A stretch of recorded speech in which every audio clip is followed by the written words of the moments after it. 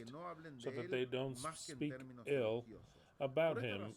For this reason, the priest cannot decide which of the two he-goats will be for the eternal and which for Azazel.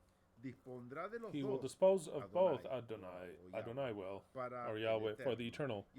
And the eternal will decide which of the two he wants to destine into Azazel. That's why they would cast lots. So then the eternal decides and says, send this one to Azazel. Undoubtedly, this conception rests upon the idea that the day is not enough in which the future destinies are decided to assure the pardoning and the love of the Lord, but rather it is convenient to set apart all the threats that come from hostile and demoniacal sources in the society and that can go after us in nature. In the very Tanakh, it offers to us often some examples about it.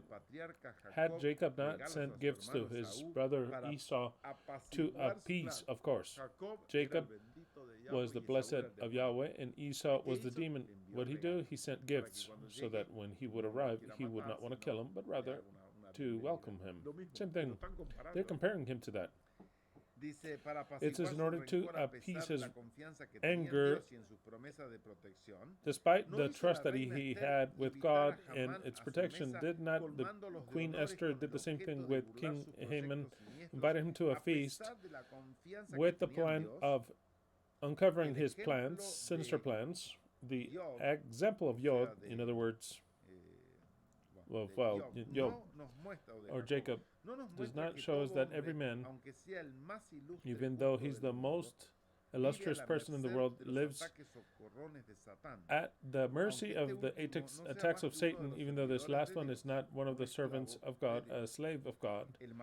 The he-goat, the scapegoat, has just reminded us that it belongs to defend us of the threats of our friends, of our enemies, by following the example of the methods of the illustrious biblical characters.